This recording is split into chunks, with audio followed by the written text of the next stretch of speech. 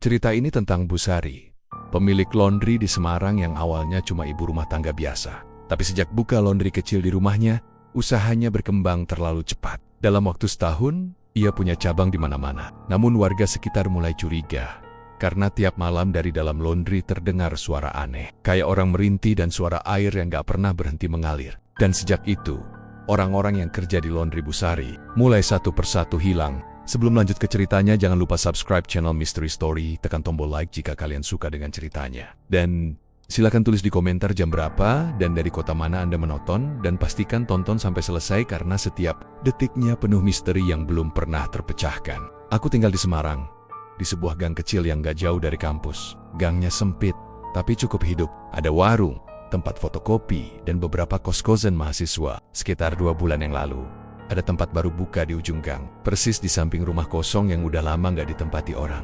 Sebuah laundry kecil dengan papan nama sederhana bertuliskan, "Laundry bersih selalu." Dari luar kelihatannya biasa aja, tapi tiap orang yang lewat pasti langsung mencium wangi souvenir Naya yang semerbak banget. Sampai ke ujung gang, pemiliknya namanya Bu Sari, perempuan paruh baya, mungkin sekitar 40-an. Wajahnya selalu kelihatan ramah, kulitnya bersih banget kayak gak pernah kena matahari.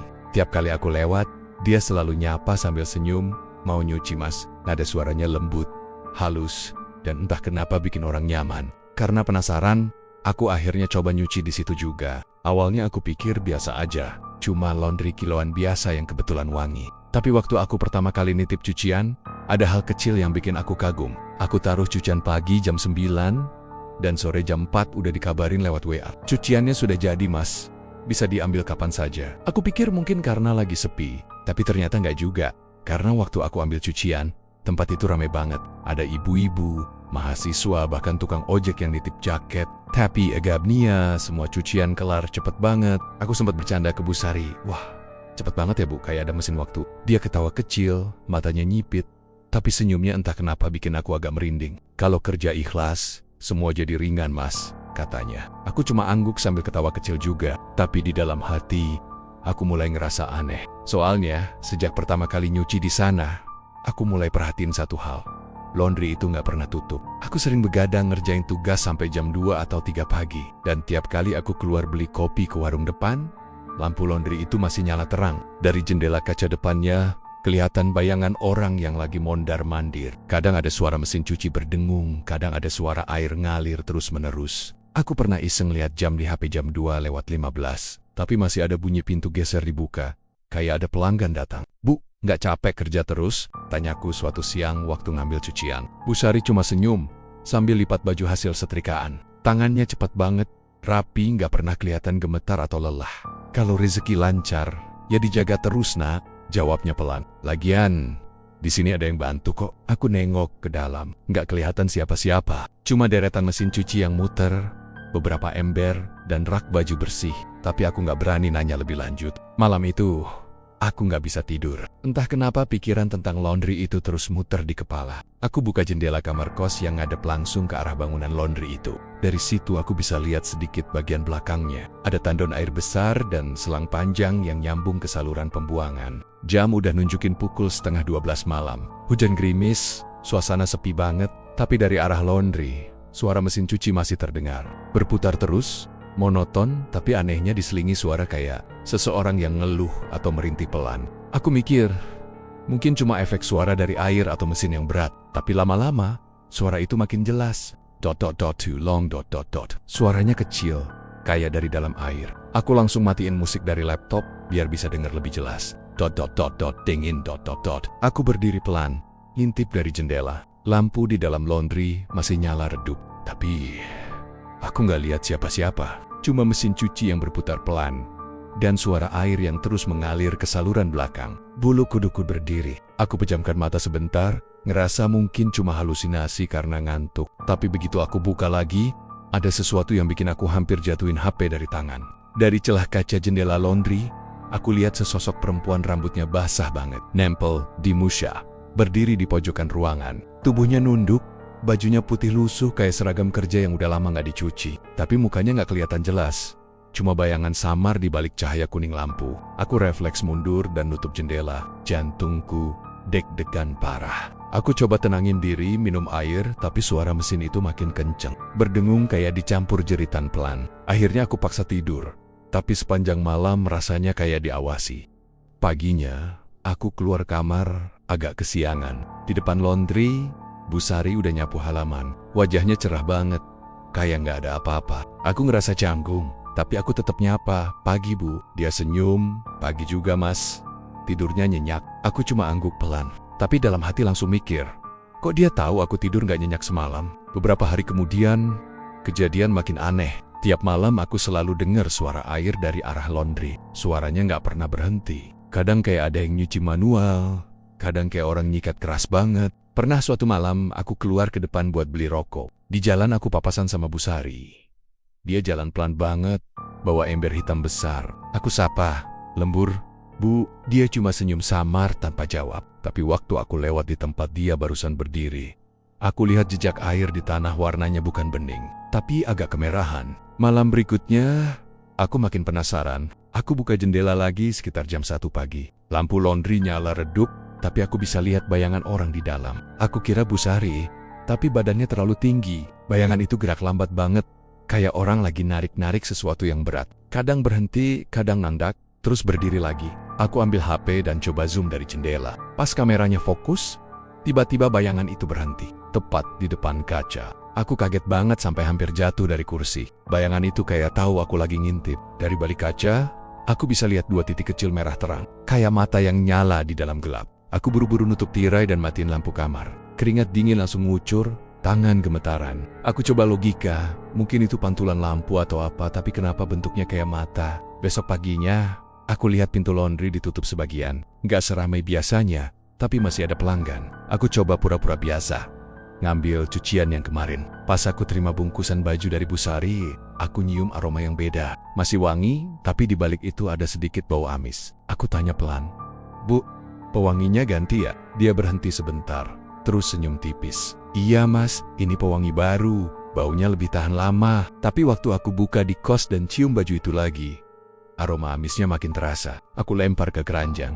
ngerasa mual. Sejak malam itu, aku mulai nggak tenang tiap lewat depan laundry itu. Entah kenapa rasanya tempat itu terlalu sepi, tapi hidup. Kadang aku dengar suara orang jalan di dalam, padahal pintunya udah dikunci. Kadang pas aku lewat lampunya tiba-tiba nyala sendiri, padahal nggak ada orang. Gang tempat kosku jadi terasa beda. Dulu rame sama suara anak-anak kos ngobrol di teras, tapi sekarang mereka lebih sering ngurung diri di kamar. Ada yang bilang, "Aku nggak mau nyuci di situ lagi Mas. Malam-malam suka dengar suara aneh." Tapi nggak ada yang berani ngomong ke Bu Sari langsung. Soalnya dia selalu kelihatan baik, murah senyum, dan nggak pernah marah.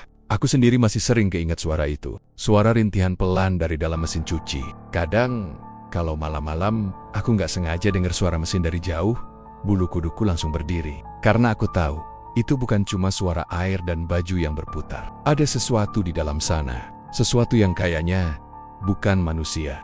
Seminggu setelah kejadian aneh itu, aku mulai perhatiin satu hal baru di laundry bersih selalu. Ada wajah baru di sana. Cewek muda, mungkin umur 20-an awal, kulitnya sawo matang, rambutnya diikat rapi, dan senyumnya ramah banget. Namanya Wati, kata Bu Sari waktu aku tanya. Sejak hari pertama kerja, Wati kelihatan rajin dan sopan. Tiap kali aku datang ambil cucian, dia selalu nyapa duluan sambil senyum. "Mas, cuciannya udah siap. Tunggu sebentar ya." Suaranya lembut dan enak didengar, bikin suasana laundry yang biasanya sepi jadi agak hangat. Aku sempat ngobrol sedikit sama Wati waktu itu. Dia bilang baru pindah dari Kendal dan kerja di laundry karena katanya butuh uang buat bantu orang tuanya. "Bu Sari baik, Mas, di sini makan dapet.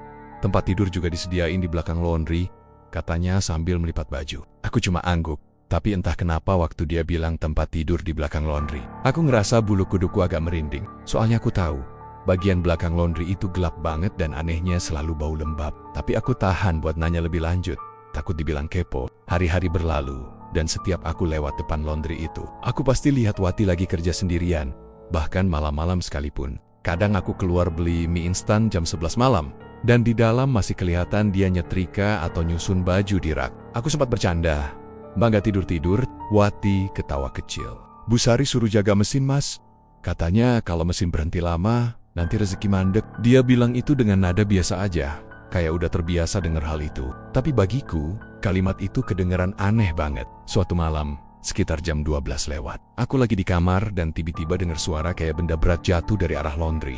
Brok, keras banget. Aku langsung buka jendela dan dari arah laundry kelihatan lampunya masih nyala terang. Tapi anehnya, aku nggak lihat siapa-siapa di dalam. Mesin cuci masih berputar, tapi suasananya kayak kosong. Aku coba dengerin baik-baik dan samar-samar terdengar suara kayak orang nyeret sesuatu di lantai. Suara itu pelan tapi jelas. Kayak ada yang lagi mindahin benda berat ke belakang. Aku mau keluar buat lihat. Tapi entah kenapa, kaki rasanya berat banget. Ada rasa takut yang gak bisa dijelasin. Akhirnya aku cuma duduk di kasur sambil nunggu suara itu hilang. Besok paginya, aku sengaja mampir ke laundry pura-pura mau nyuci. Tapi aku gak lihat Wati. Yang ada cuma Bu Sari. Bu, Mbak Watinya gak masuk ya? Tanyaku sambil senyum. Oh, Wati udah pulang kampung, Mas. Katanya mau nikah. Dadakan banget. Tapi ya, namanya jodoh. Jawabnya santai sambil tetap melipat baju. Aku cuman, oh aja. Tapi anehnya, gak ada perasaan lega di dada. Entah kenapa aku ngerasa jawaban itu terlalu gampang. Sore harinya, aku ketemu Pak Jono, tukang parkir di ujung gang yang udah lama kerja di situ. Waktu aku ceritain kalau Wati katanya pulang kampung, dia malah ngeluarin ekspresi bingung. Loh, kok pulang kampung? Semalam saya masih lihat dia bantuin Bu Sari ngangkat cucian jam 11-an. Gak mungkin langsung pulang. Wong pintu laundry masih ketutup sampai pagi. Aku langsung merinding. Serius, Pak? Pak Jono ngangguk pelan, wajahnya mulai kelihatan gak enak. Saya kira mereka lembur.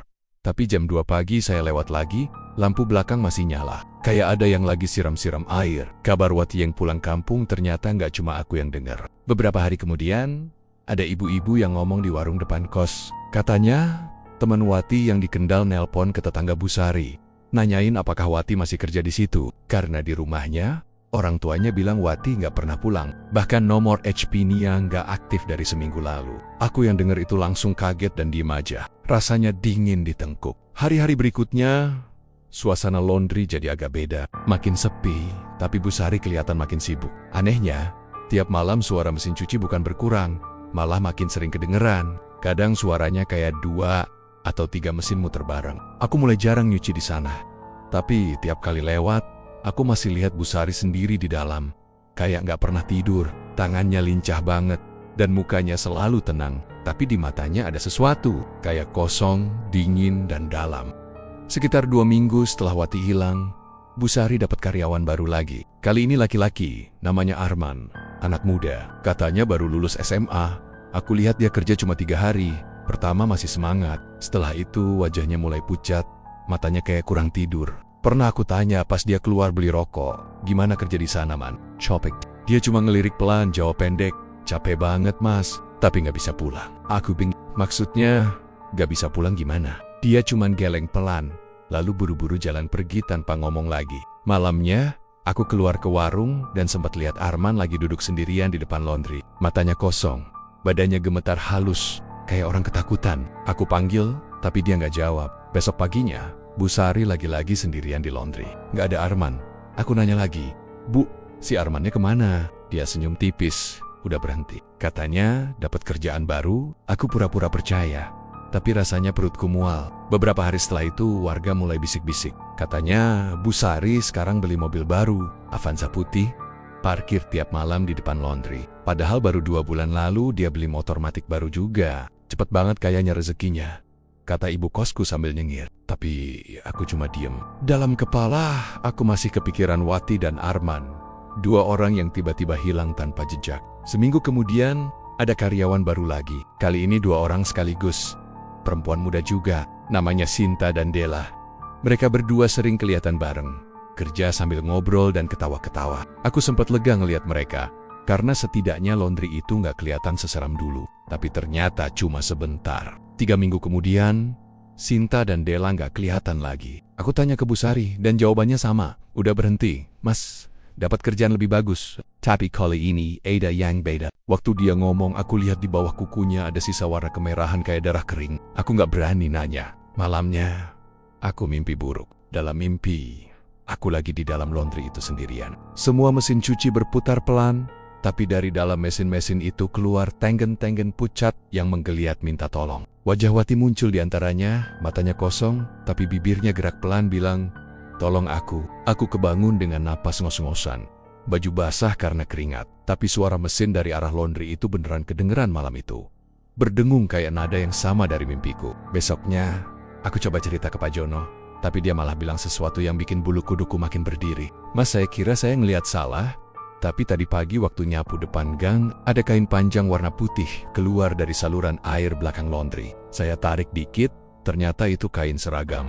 Kayak seragam kerja yang sering dipakai Wati dulu. Aku nggak bisa ngomong apa-apa. Hari-hari berikutnya, warga mulai jarang nyuci di situ. Tapi anehnya, Bu Sari malah makin sukses. Cabang baru buka di ujung jalan, bangunannya besar dan modern. Dan tiap malam, dari laundry yang lama ini, suara mesin cuci nggak pernah berhenti. Kadang di tengah malam, aku masih dengar suara tangisan pelan, samar banget, tapi jelas arahnya. Aku nggak tahu apa yang sebenarnya terjadi di tempat itu. Tapi satu hal yang pasti, setiap karyawan yang kerja di sana nggak pernah kelihatan lagi setelah beberapa minggu. Dan Bu Sari, entah kenapa, wajahnya makin bersinar, kulitnya makin putih, matanya makin tajam, tapi senyumnya masih sama.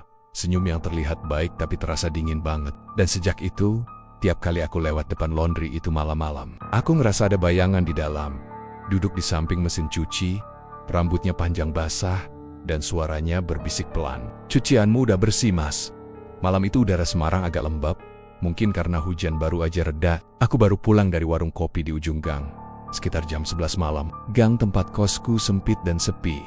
Cuma beberapa lampu neon redup yang nyala di depan rumah warga. Tapi di ujung sana, laundry milik Bu Sari masih terang benderang. Seperti biasa, lampu putihnya nyala, suara mesin cuci berdengung pelan, dan samar-samar tercium bau wangi yang menusuk hidung. Tapi malam itu, ada satu aroma lain yang bikin aku berhenti melangkah. Bau amis yang aneh, kayak darah. Aku coba hirup pelan-pelan, memastikan, ya, itu benar-benar bau darah.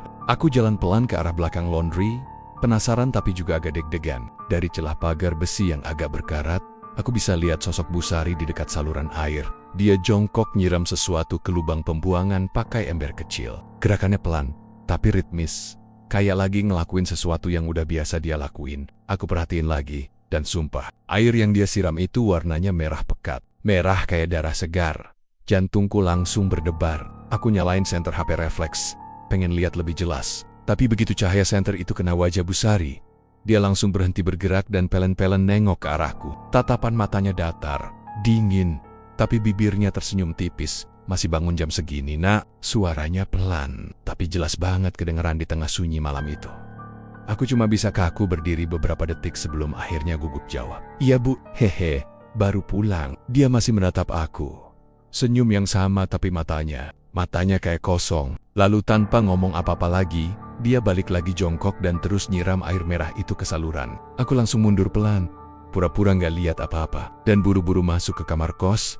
Begitu pintu kamarku tutup, napasku rasanya nggak karuan. Tanganku dingin, jantung masih deg-degan. Aku coba yakinkan diri, mungkin itu cuma air karat atau pewarna pakaian.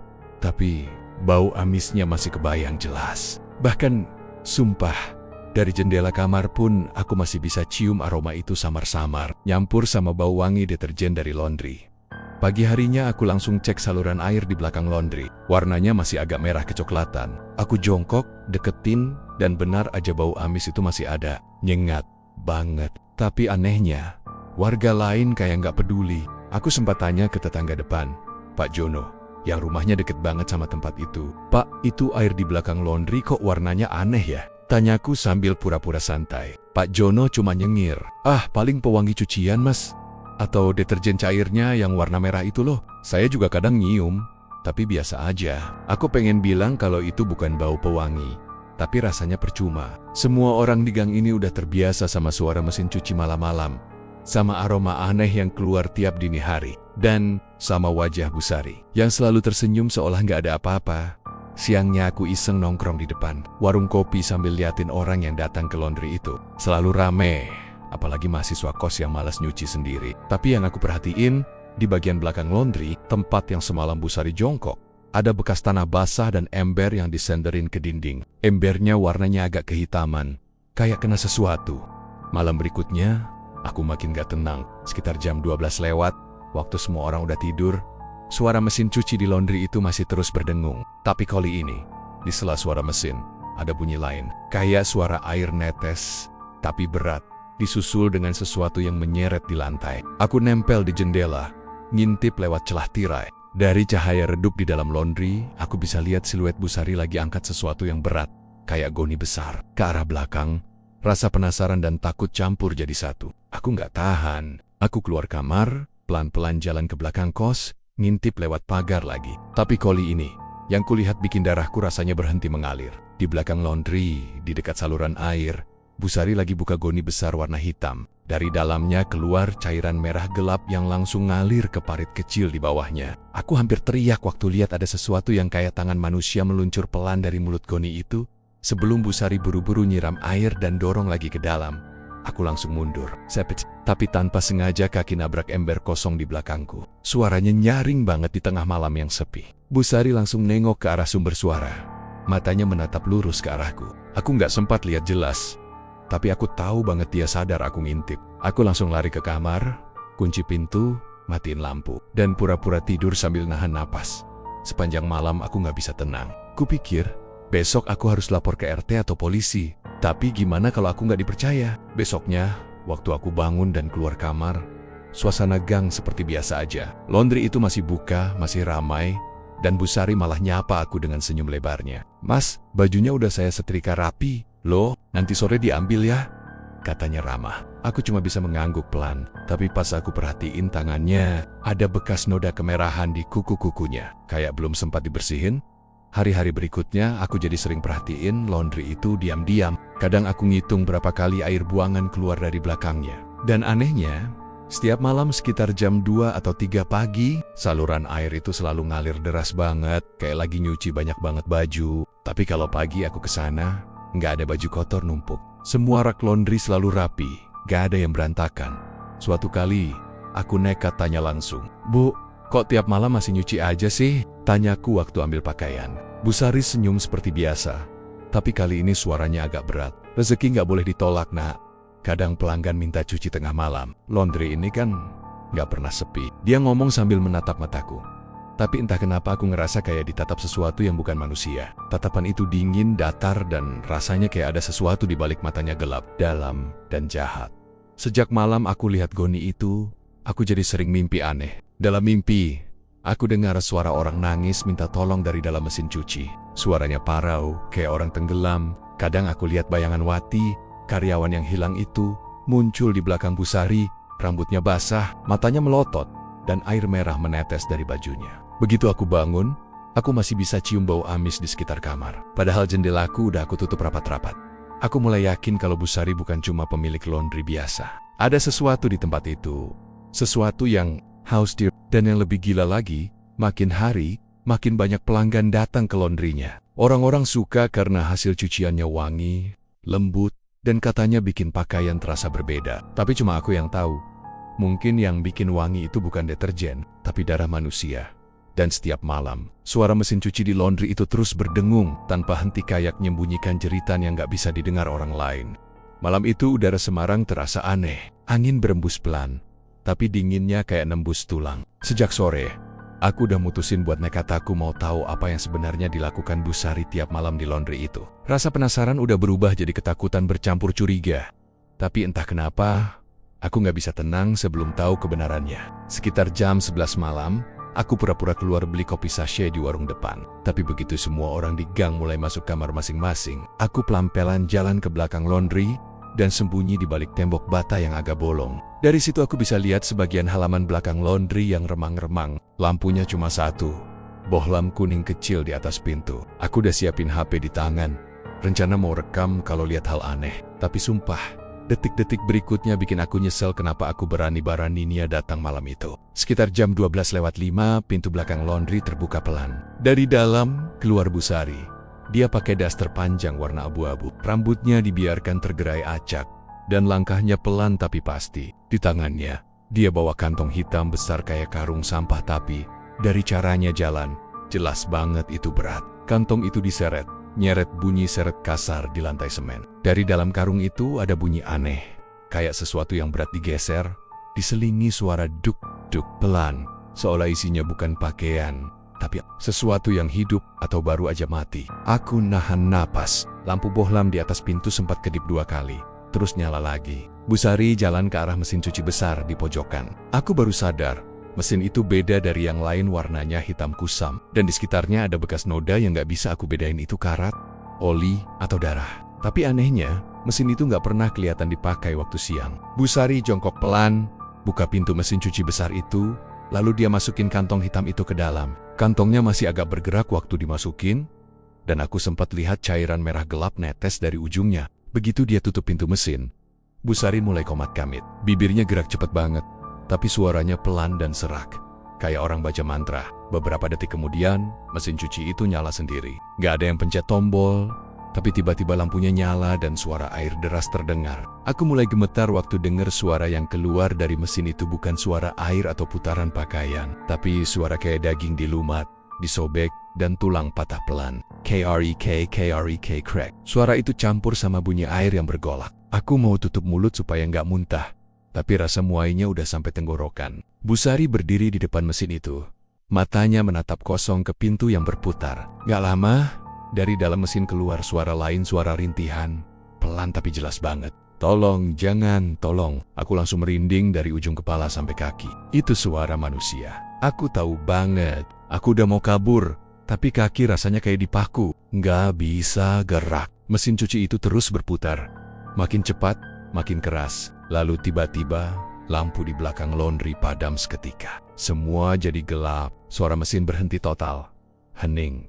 Cuma suara jantungku sendiri yang berdegup kencang. Beberapa detik kemudian, suara air netes dari dalam mesin mulai terdengar lagi. Tapi air itu bukan jernih. Dari celah bawah mesin, aku lihat cairan hitam pekat ngalir pelan ke lantai, terus merembes ke saluran air di bawah. Anehnya, aliran itu bukan cuma menetes sembarangan. Cairan hitam itu bergerak kayak punya arah sendiri, mengalir pelan menuju kaki Bu Sari. Lalu seolah disedot masuk ke dalam tanah di bawah tempat dia berdiri. Aku panik. Aku senterin sebentar dengan HP, dan waktu cahaya kena Bu Sari, aku lihat sesuatu yang bikin dadaku langsung sesak. Bayangan di belakangnya bukan bayangan manusia. Bayangan itu panjang banget. Bentuknya melata kayak ular raksasa. Kulitnya bersisik hitam kehijauan, dan dari bagian kepalanya ada dua mata merah menyala. Bayangan itu bergerak pelan, seolah menyatu dengan tubuh Bu Sari. Kadang bayangan itu melingkar di kakinya, kadang menjulur ke atas, kayak nempel di punggung. Bu Sari tiba-tiba berhenti diam, lalu kepalanya pelen-pelen menoleh ke arahku. Tapi anehnya, badannya nggak ikut berputar, hanya kepalanya yang berputar. Lebih dari 180 derajat. Matanya menatap lurus ke arah tempat aku ngumpet. Pupilnya kecil banget, dan senyumnya, senyum yang gak manusiawi. Kamu gak boleh lihat, nak. Suaranya berat, tapi bukan cuma satu suara. Ada suara lain yang nyampur, kayak dua orang bicara bersamaan. Satu suara Bu Sari, satu lagi suara mendesis panjang seperti ular. Aku langsung mundur, tapi sial. Kaki nyandung batu dan bunyi klotak. Cars back. Bu Sari berhenti menatap, lalu perlahan melangkah ke arah pagar tempat aku sembunyi. Suara langkahnya pelan tapi jelas, dan setiap kali dia melangkah, terdengar bunyi gesekan kulit bersisik di lantai. Aku cuma bisa nahan napas sambil doa dalam hati. Cahaya dari dalam mesin cuci tiba-tiba nyala lagi. Tapi kali ini, dari dalam mesin keluar tangan. Tangan manusia, pucat, berurat, dan penuh luka. Tangan itu mencengkeram pinggiran mesin dari dalam, seolah berusaha keluar. Aku hampir teriak, tapi mulutku keluh. Tangan itu terus bergerak, disusul kepala wanita muda muncul setengah badan. Rambutnya basah nempel di wajah, matanya melotot, dan mulutnya terbuka lebar kayak mau teriak tapi nggak bersuara. Aku kenal wajah itu. Itu Ati, karyawan yang katanya pulang kampung dan mau nikah. Waktu aku senterin lebih jelas, Bu Sari langsung noleh lagi ke arahku. Tapi kali ini bayangan di belakangnya bergerak cepat, kayak nyerang. Aku refleks lari sesepat-sepatnya keluar dari situ, nggak peduli bunyi apapun di belakang. Rasanya udara di sekitarku tiba-tiba dingin banget, dan di belakang terdengar suara mendesis panjang. Kamu lihat, kamu akan ikut. Aku lari sampai depan gang, baru berhenti di dekat pos ronda yang kosong. Nafasku ngos-ngosan, keringat dingin ngucur dari kepala. Aku nengok ke belakang, tapi nggak ada siapa-siapa. Semua gelap, cuma terdengar suara mesin cuci dari jauh. Berdengung lagi, pelan, tapi ritmis. Seolah nggak terjadi apa-apa. Paginya, waktu aku bangun, badan rasanya lemas banget. Aku coba keluar kamar buat pastiin semalam itu nyata atau cuma mimpi. Tapi waktu lewat depan laundry, aku lihat Bu Sari lagi nyapu halaman. Senyumnya kayak biasa, ramah banget. Tapi di bawah kukunya masih ada bekas noda hitam. Aku juga perhatiin, Di belakang mesin cuci besar yang semalam aku lihat. Udah gak ada. Diganti mesin baru. Lebih kecil, lebih bersih. Tapi di lantai belakang, masih ada bekas noda hitam melingkar. Kayak bekas cairan yang gak bisa hilang. Aku diem aja waktu Bu Sari nyapa. Mas, bajunya udah saya lipet rapi loh. Mau diambil sekarang? Katanya. Aku cuma jawab pelan, iya, Bu. Nanti sore aja. Tapi waktu dia ngelangkah balik ke dalam laundry, aku sempat lihat dari pantulan kaca pintu. Bayangan di belakangnya bukan cuma satu. Ada bayangan lain, besar, melata, dan matanya merah menyala. Sejak malam itu, aku nggak pernah berani nyuci di situ lagi. Tapi yang paling bikin aku nggak bisa tidur sampai sekarang setiap malam Jumat. Dari kamarku yang nggak jauh dari sana, aku masih bisa dengar suara mesin cuci itu berdengung. Kadang diselingi suara rintihan pelan. Dan entah kenapa, setiap kali aku dengar, air di wastafel kos selalu berubah agak keruh. Kayak warna hitam keunguan, dan baunya amis, kayak darah yang belum kering. Pagi itu suasana gang tempat kosku terasa janggal. Biasanya jam 8 pagi laundry bersih selalu sudah beroperasi. Bunyi mesin cuci aroma deterjen dan suara Bu Sari yang ramah menyapa pelanggan selalu jadi rutinitas tiap hari. Tapi kali ini, sepi. Pintu laundry tertutup rapat. Bahkan papan buka yang biasanya tergantung di depan kaca diganti dengan tulisan tutup sementara. Aku berdiri cukup lama di depan. Merasa heran tapi juga ada rasa penasaran yang kuat. Setelah kejadian malam Jumat kemarin, rasa takutku masih belum hilang. Tapi entah kenapa, ada dorongan di dalam diri yang bikin aku pengen tahu lebih banyak. Siangnya, sekitar jam 12, suasana di sekitar laundry makin sepi. Aku lihat Bu Sari nggak kelihatan sama sekali. Lampu di dalam juga mati. Kesempatan ini nggak boleh aku lewatin. Aku jalan pelan lewat gang samping yang sempit, tempat biasa Bu Sari buang air cucian. Dari situ, aku bisa lihat jendela belakang laundry. Jendelanya agak tinggi tapi masih bisa aku jangkau dengan berdiri di atas tembok pendek. Aku intip lewat celah kacanya yang kotor. Dalamnya gelap, tapi samar-samar kelihatan barisan mesin cuci, rak baju, dan satu pintu besi kecil di pojok belakang. Aku baru sadar, pintu itu nggak pernah kelihatan waktu laundry buka. Letaknya agak tersembunyi di balik tirai besar. Bentuknya kayak pintu gudang, tapi kecil dan dikunci gembok tebal. Di bagian bawah pintu itu, ada celah kecil yang mengarah ke lantai. Aku perhatiin baik-baik. Dari celah itu ada air menetes pelan. Warnanya bukan bening merah kecoklatan, kayak darah yang udah mengering tapi masih basah. Jantungku langsung berdetak kencang. Aku nyalain kamera HP, aktifin flashlight, dan coba cari sudut buat ngintip lebih dalam. Tanganku gemetar waktu nyorot kamera ke arah celah bawah pintu. Lantai di bawahnya becek, ada sisa-sisa cairan merah. Dan di sekitar pintu terlihat bekas goresan panjang seperti cakaran kuku. Aku ngerasa bulu kuduku berdiri semua. Tapi rasa penasaran tetap mendorong aku buat lanjut. Aku turunin HP pelan-pelan, cari posisi biar kameranya bisa masuk lewat celah.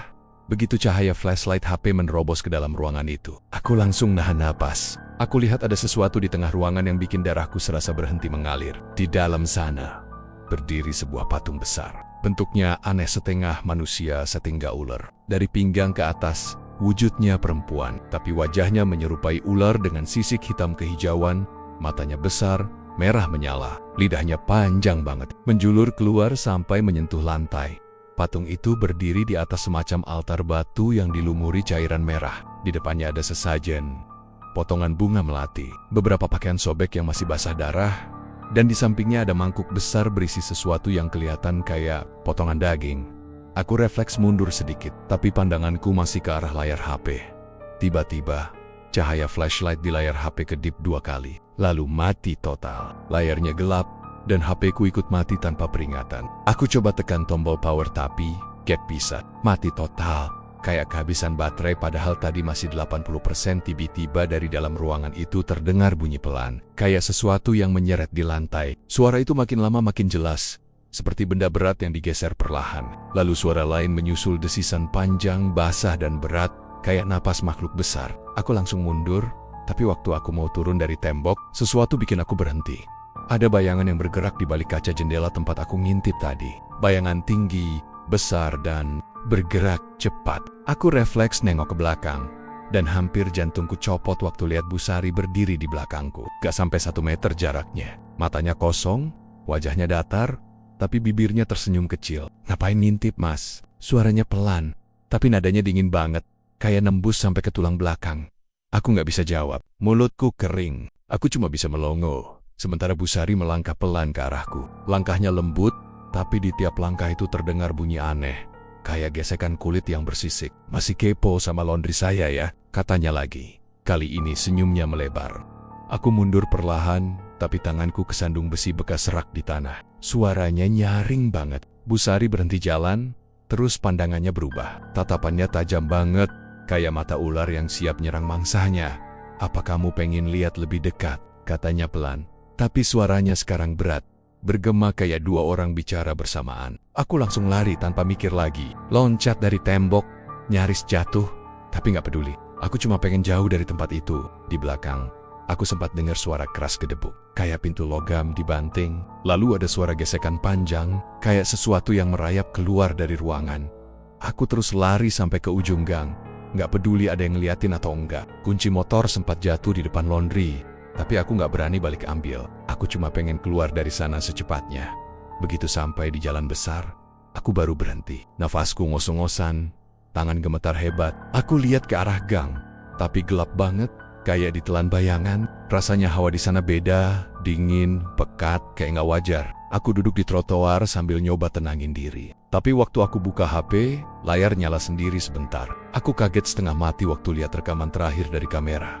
Cahaya yang gelap bergoyang pelan. Dan entah kenapa video itu merekam lagi isi ruangan di balik pintu tadi. Tapi kali ini, patung perempuan Yula itu gak diem. Kepalanya bergerak pelan, lidahnya menjulur makin panjang, dan matanya menatap lurus ke arah kamera. Lalu, di detik terakhir video, ada suara bisikan pelan banget tapi jelas.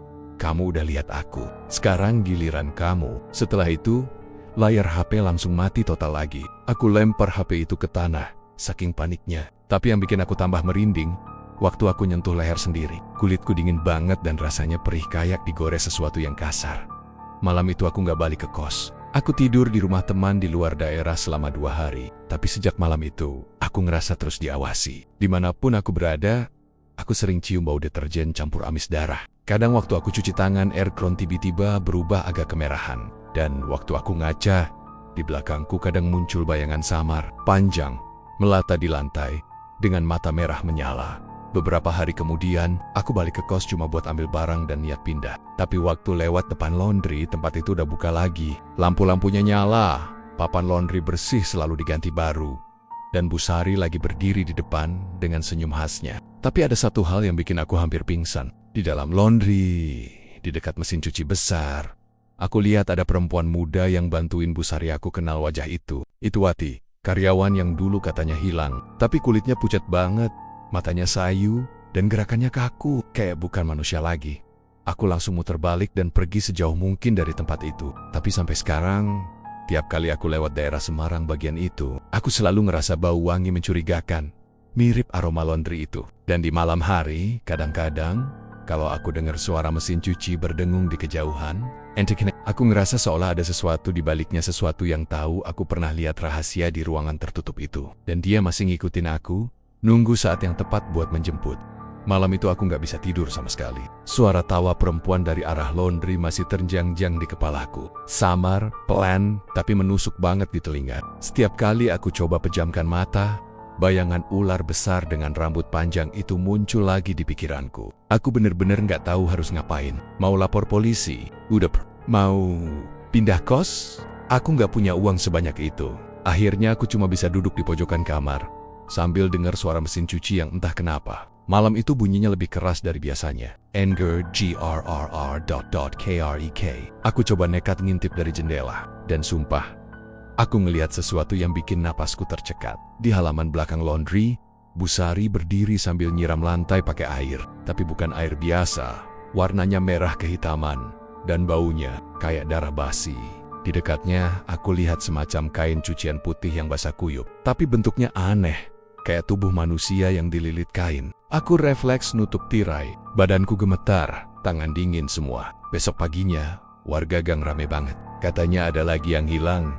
Seorang ibu-ibu penjual sayur yang biasa ngantar pesanan ke kos-kosan. Terakhir kali dia kelihatan, dia lagi bawa keranjang ke arah laundry buat ngantar kain lap yang kotor. Setelah itu, hilang tanpa jejak. Bu Sari katanya nggak tahu apa-apa, kata Pak RT waktu itu. Tadi pagi polisi udah datang, tapi nggak nemu apa-apa. Semua mesin udah dicek. Aku pengen ngomong, Pengen bilang kalau aku lihat Bu Sari nyiram darah tadi malam. Tapi lidahku keluh. Entah kenapa setiap kali aku mau buka mulut, rasanya tenggorokanku langsung kering dan jantungku berdebar gila. Ada sesuatu yang menahan aku buat ngomong. Sore harinya aku duduk di warung kopi depan gang. Beberapa warga juga nongkrong di situ, bahas soal hilangnya orang-orang, tapi semua ngomongnya setengah bisik, kayak takut ada yang denger. Dulu waktu baru buka, laundry itu bersih, wangi, tapi sekarang baunya kayak got, kata salah satu bapak. Aku malah denger, dulu sebelum Bu Sari buka usaha ini, suaminya mati aneh. Timpal yang lain, katanya digigit ular di rumahnya sendiri.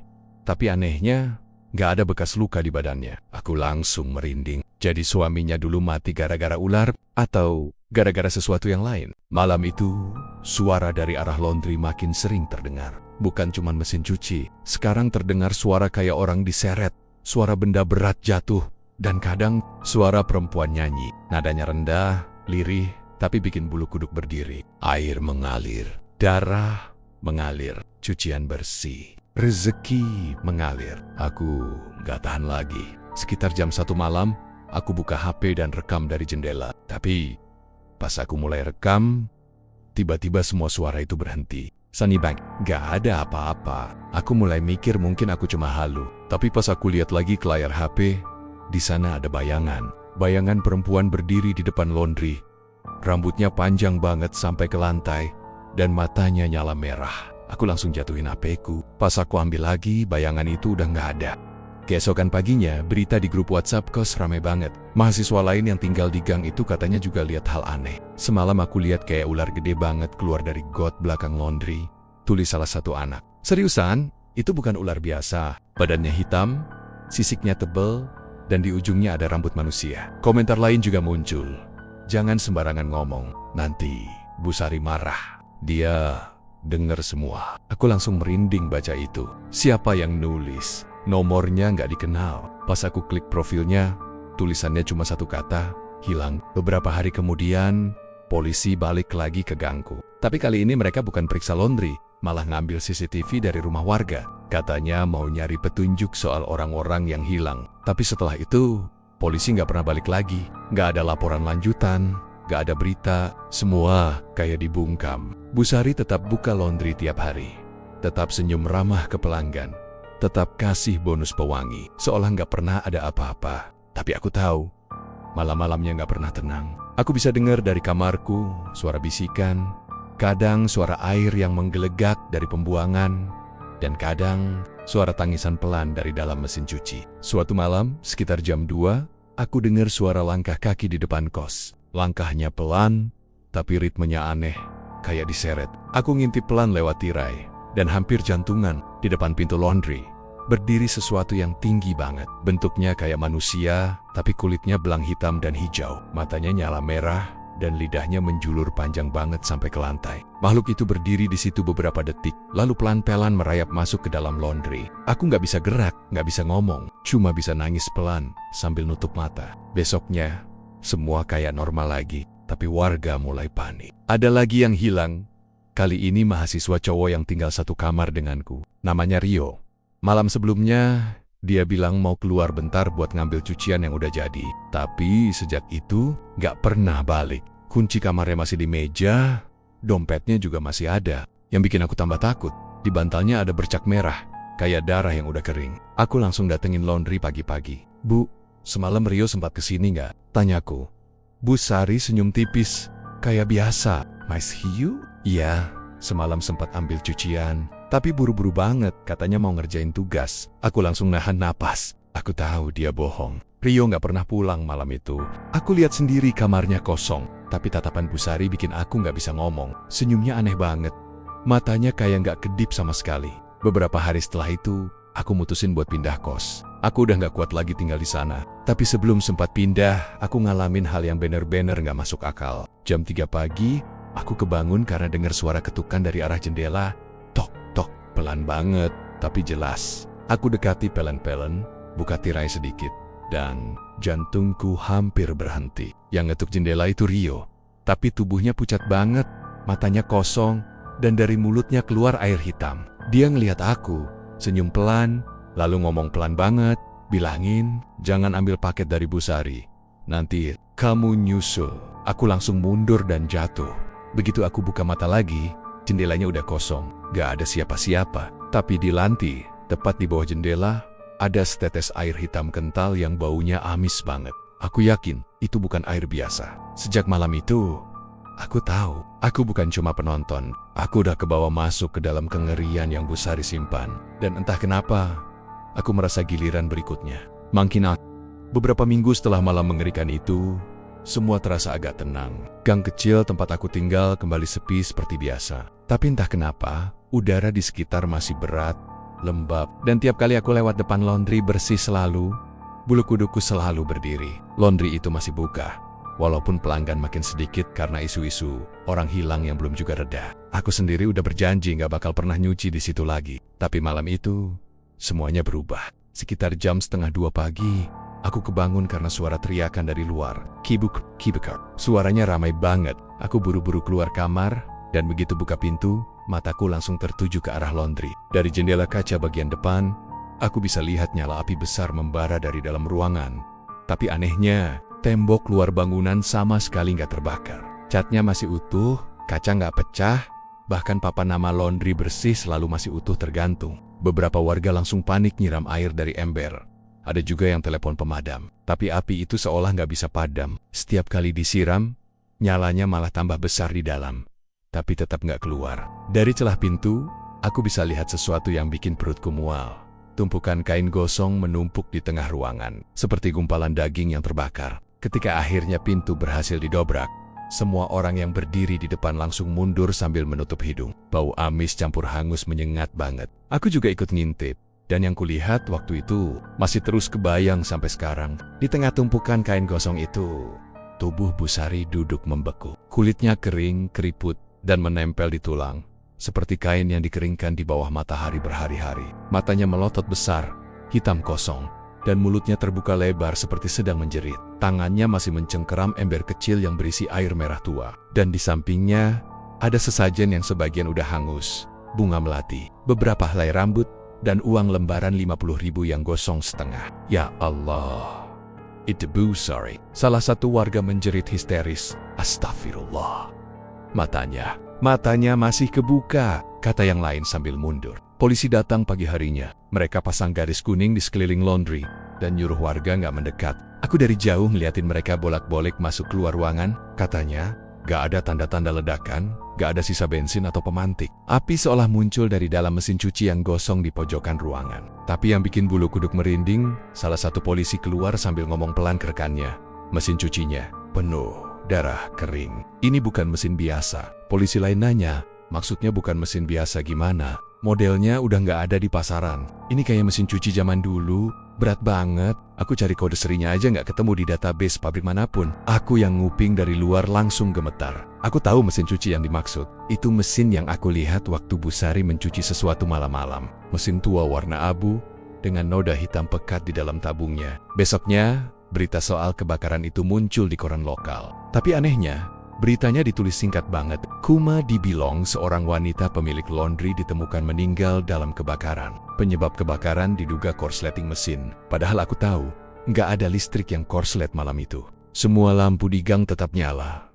Bahkan kipas di kamarku nggak sempat mati. Setelah kejadian itu, bangunan laundry nggak pernah dibuka lagi. Pemilik kontrak tempat itu katanya nggak mau datang ambil barang-barang yang tersisa. Katanya dia sering mimpi buruk tentang perempuan bersisik yang keluar dari pembuangan air sambil bawa ember darah dan nyanyi lagu aneh. Akhirnya, tempat itu ditinggalin begitu aja. Tapi beberapa hari kemudian, keanehan mulai muncul lagi. Malam-malam, warga yang lewat depan laundry bilang sering dengar suara mesin cuci pelan dari dalam. Kadang disertai suara perempuan lembut yang bilang, "Cucianmu udah bersih, nak." Suaranya tenang banget, tapi kalau didengerin lebih lama, ada suara gemeretak halus di belakangnya. Kayak tulang digiling di dalam mesin. Salah satu mahasiswa yang nekat ngintip ke dalam lewat jendela, katanya ngelihat cahaya redup dari dalam ruangan. Dia juga bilang sempat lihat sesuatu bergerak di lantai, kayak rambut panjang banget, geser pelan-pelan ke arah jendela. Katanya sambil gemetar waktu cerita ke aku. Sejak itu, gak ada lagi yang berani lewat sana sendirian. Bahkan Pak RT sampai nyuruh orang pasang lampu jalan tambahan di depan bangunan itu. Tapi tiap malam, lampunya selalu padam sendiri. Aku pun akhirnya mutusin pindah kos. Aku udah gak kuat. Tapi sebelum pindah, Malam terakhir aku di sana, aku dengar sesuatu yang bikin aku nangis ketakutan. Tepat jam 2 malam, suara mesin cuci itu kedengeran lagi. Pelan, teratur, ngeger, krek, nger. Oku coba pura-pura nggak dengar. Tapi tiba-tiba HP-ku nyala sendiri. Layarnya putih, dan di tengahnya muncul tulisan, "Giliranmu belum selesai dicuci." Aku langsung lempar HP ke lantai. Tapi nggak lama kemudian, dari arah luar jendela, ada suara ketukan pelan. Tok, tok, tok. Aku nggak mau lihat. Aku cuma nutup telinga dan baca doa. Tapi entah kenapa, di telingaku terdengar bisikan halus banget. Suara perempuan, tapi basah. Serak seperti keluar dari tenggorokan yang terbakar. "Terima kasih. Sudah bantu bersihkan kotoranku, nak." Keesokan harinya aku pindah. Dan sampai sekarang, aku nggak pernah berani balik ke gang itu lagi. Tapi beberapa bulan lalu, aku nggak sengaja lewat daerah situ waktu lagi naik motor. Penasaran? Aku tengok ke arah bangunan laundry itu. Bangunannya masih berdiri, tapi udah penuh lumut. Pintu kaca depannya pecah setengah. Dan dari dalam, aku bisa lihat tabung mesin cuci tua yang masih ada di pojokan. Anehnya, mesin itu pelan-pelan berputar. Padahal nggak ada listrik, nggak ada siapapun di dalam. Dari celah kaca, keluar uap tipis, bau amis bercampur pewangi pakaian. Aku cepat-cepat jalan lagi tanpa nengok ke belakang. Tapi sebelum belok, di spion motor aku ngelihat sesuatu yang bikin darahku beku. Di depan laundry itu, berdiri sosok perempuan berpakaian seragam laundry, rambut panjang, kulit pucat, dan senyum tipis. Di tangannya, ada baju putih yang masih meneteskan air merah. Dan, sumpah, aku dengar suaranya lagi. Pelan banget tapi jelas. "Cucianmu udah bersih." Nah, sampai hari ini, setiap aku lewat Semarang dan lihat tempat laundry, aku selalu ngerasa was-was. Karena entah kenapa, kadang dari jauh aku mencium bau wangi khas laundry itu. Wangi yang sama persis kayak dulu. Dan di telingaku samar-samar selalu terdengar suara mesin cuci yang berputar pelan. Seolah mengingatkan bahwa yang dicuci oleh Bu Sari dulu bukan cuma pakaian. Terima kasih sudah menonton channel Mystery Story. Terus dukung channel ini dengan cara komen, like, share, dan subscribe. Mohon maaf jika ada kesamaan nama tokoh, tempat kejadian ataupun cerita, itu adalah kebetulan semata.